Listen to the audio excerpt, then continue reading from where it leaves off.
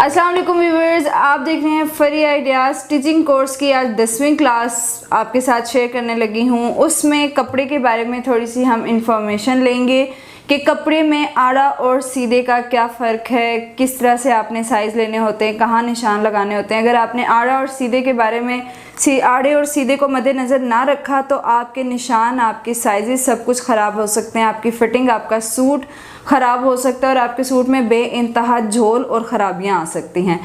पहली 9 क्लासेस हमारी अल्हम्दुलिल्लाह से हो चुकी हैं। ऊपर स्क्रीन पे आपको नज़र आ रहा होगा, डिस्क्रिप्शन पे लिंक है और इनकी एक अलग से प्लेलिस्ट है, वो भी विज़िट करें। जो न्यू हैं फर्स्ट से 1 बाय 1 देखना शुरू करें। तो चलते हैं आज की क्लास की तरफ।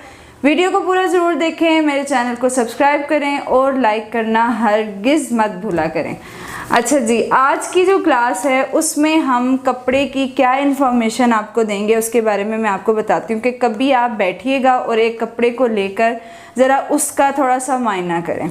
कपड़े की जो बुनाई होती है वो हमेशा आपके होगा कि उसमें ना ताना बाना, आपने सुना भी होगा, नाम भी, मेरे ही वीडियोस पे बहुत दफ़ा मैंने ताना बाना यूज़ भी किया हुआ, डिज़ाइन भी किए हुए ये चीज़ें।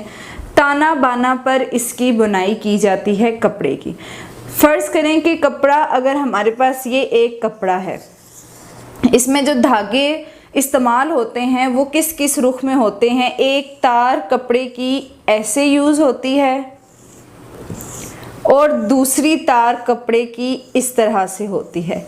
ये इतने कंजस्टेड होते हैं कि आपस में जुड़ के एक कपड़े की शेप आ जाती है। मैंने तो ये ज़रा खुला सा किया ताकि आपको पता चले कि कपड़े की बुनाई किस तरह से होती है। कपड़े की बुनाई इस रुख पे और तार की इस रुख पर होती है, जिसको कहा जाता है ताना और बाना।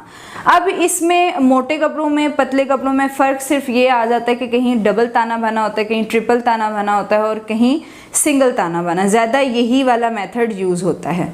अब इसमें हमने बड़ा ध्यान रखना होता है कि जो आपकी ये जो आपकी सीधी तारें आ रही हैं, यानी सीधा जो ताना का रुख है, जो कपड़े के ताना का रुख है, इसी पर हमेशा एक परफेक्ट ड्रेस स्टिच हो सकता है, जबकि इस रुख को आड़ा रुख कहा जाता है। अक्सर आप लोगों ने ड्रेसेस देखे होंगे कि वो आड़ी शेप में उनकी कढ़ाइयाँ हुई होती हैं, जो कि आपके ड्रेस ख़राब करते हैं। यानी कि वो कढ़ाइयाँ जब होती हैं, आड़ा ही कपड़ा हमें स्टिच करना पड़ता है और उसमें हमें फिर बड़ा मसला होता है, हमें साइज़ खुले रखने पड़ जाते हैं और वो फिटिंग कभी बैठती नहीं है, कमीज़ हमेशा फिर जाती है। अब ये कपड़े में थोड़ी सी मैं आपको मिसाल देती हूँ कि जैसे कि आपके पास एक शर्ट का कपड़ा है, आपने एक शर्ट का कपड़ा रखा है, हमेशा कपड़े के साइड पे एक कनी होती है, जिसको हम एक कनी कहते हैं, यानी एक कॉर्नर्स। ये आप साइड देखें कि उसकी ना इस तरह से साइड होती है, उससे हम बहुत अच्छे से अंदाज़ा लगा सकते हैं कि हमने अपनी शर्ट की कटिंग इसी रुख पे रखनी है, यानी ताने के रुख में रखनी है। कभी भी बाना के रुख पे कटिंग हमने नहीं रखनी, वो आ जाती है हमारी आड़ी कटिंग। सीधी कटिंग का फ़ायदा ये होता है कि जब हम सीधी अच्छी यानी ताने के रुख पर कटिंग करते हैं तो हमारा जो रेव वाला हिस्सा होता है, वो बाना वाला, वो फिटिंग में आता है, उसकी वजह से हमारी कमीज़ एडजस्ट हो जाती है। जैसे कि अब यहाँ पे आप देखें कि इसमें कोई भी लचक नहीं है। जब हम इसको ताने के रुख में कपड़ा खींच रहे हैं तो इसमें कोई लचक नहीं है, जबकि हम बाना के रुख में कपड़े को खींचेंगे तो इसमें आप ये देखें कितनी लचक आ रही है। इन लाइंस के साथ आपको फील हो रहा होगा कि ये कितनी लचक है। इसलिए हमेशा बाना का रुख फिटिंग में रखते हैं। अगर आप बाने के रुख से कमीज़ को बनाते हैं, मतलब इस तरह आड़ी कमीज़, अगर आप आड़ी कमीज़ बनाते हैं तो आपकी कमीज़ कभी भी ठीक नहीं बन सकती, आपकी फ़िटिंग ख़राब हो सकती है, आपका घेर ख़राब हो सकता है, इवन आपकी कमीज़ फिरती रहती है हर वक्त। जब आप कपड़ा पहनते हैं तो आपकी बॉडी पे कभी भी सेट नहीं आती। अब ये मैंने आड़ा कपड़ा रखा है, जब आप यहाँ से गला बनाते हैं, ये आपकी फ़िटिंग आ गई, ये वेस्ट हिप, ये आपकी लेंथ आ गई। तो अब आप देखेंगे यहाँ से ऑलरेडी किस तरह ये झोल आ रही है। जब आप कमीज़ इस्त्री करेंगे, पहनेंगे, तो ये देखें ये आपको शेप कितनी ख़राब नज़र आ रही होगी। ये सारे मसले मसाइल आड़े कपड़े में आते हैं। और अगर आप कपड़े का रुख बिल्कुल एग्जैक्ट रखते हैं, लंबाई की तरफ से आड़ा नहीं रखते हैं, तो ये देखें कि आपका कपड़ा बिल्कुल सीधा आएगा। यहाँ से आपके कपड़े को कभी भी झोल नहीं पड़ेगी।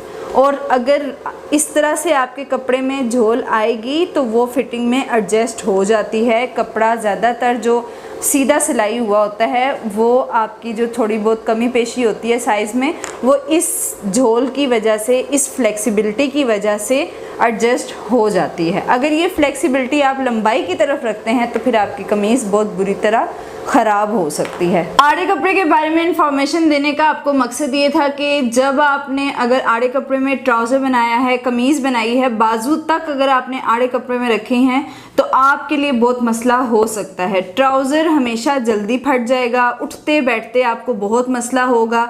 कमीज़ अगर आड़े कपड़े में आपने सिलाई कर ली है तो आपकी कमीज़ हमेशा किसी एक तरफ फिरती रहेगी, किसी एक तरफ कमीज़ ना जाती रहेगी, ऐसे होती रहेगी बार बार, आपको फिटिंग में प्रॉब्लम आएगा, हालांकि वो फिटिंग आपके हिसाब से होगी।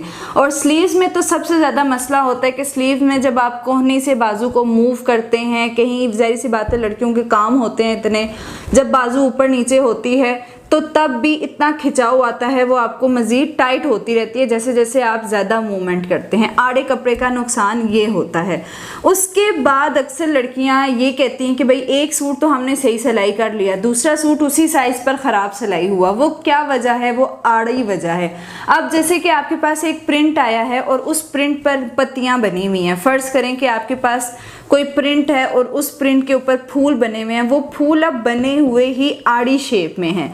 आपने अब फूलों को सीधा करने के लिए सूट आड़ा नहीं बना देना, आपको सूट हमेशा सीधा ही बनाना पड़ेगा, तभी आपका सूट परफेक्ट बनेगा। हाँ, कढ़ाई वाले सूट आते हैं, अक्सर ऐसा होता है कि आप कढ़ाई वाले ये 2 पीस लोकल शॉप से अगर सूट लेते हैं तो वो आड़े बने हुए होते हैं। अब उसमें क्या आपने मेथड यूज़ करना है कि उसमें हमेशा साइज़ से 1-1 इंच आपको ज़्यादा रखना पड़ता है। आपको अपनी बाजू 1 इंच ज़्यादा रखनी पड़ती हैं, आपको अपने चेस्ट का साइज़, फिटिंग का साइज़, हर साइज़ आपको अपने साइज़ से 1 इंच बढ़ा के रखना पड़ता है, क्योंकि कढ़ाई को तो अब हम ऐसे सीधा नहीं लेकर आ सकते ना, वो तो जिधर गला बना होता है, बॉर्डर बना होता है, इस वजह से उसको वैसे ही स्टिच करना पड़ता है। आज की ये इन्फॉर्मेशन थी बहुत ही इंपॉर्टेंट, क्योंकि आगे हमने करनी है स्टिचिंग, कपड़े का काम करना है, तो इस चीज़ के बारे में आपको बहुत अच्छे से पता होना चाहिए।